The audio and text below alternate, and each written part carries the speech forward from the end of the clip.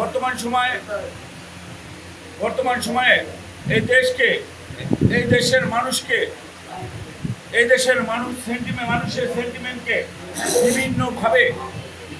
এই জনাব তারেক রহমানের প্রতি মানুষের যে আস্থা, ভালোবাসা এবং এই উন্নয়নের অগ্রযাত্রা এবং তার যে দেশপ্রেম, দেশের প্রতি যে ভালোবাসা,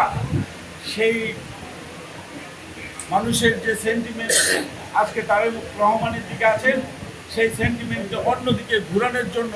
অনেকেই মিডিয়ায়, ফেসবুকে বিভিন্নভাবে জনাব তারেক রহমান সম্বন্ধে, জাতীয়তাবাদী দল সম্বন্ধে অপপ্রচারে লিপ্ত হয়েছে।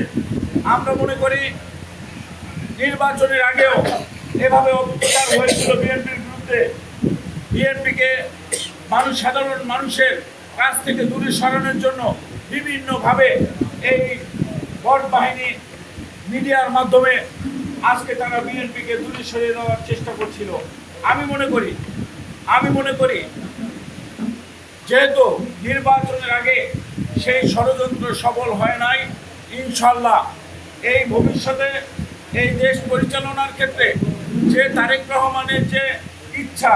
এবং তার যে চেষ্টা এবং তার যে শ্রম, ইনশাল্লাহ কোনো ধরনের অপশক্তি, অপপ্রচার এই অগ্রযাত্রাকে থামাতে পারবে না।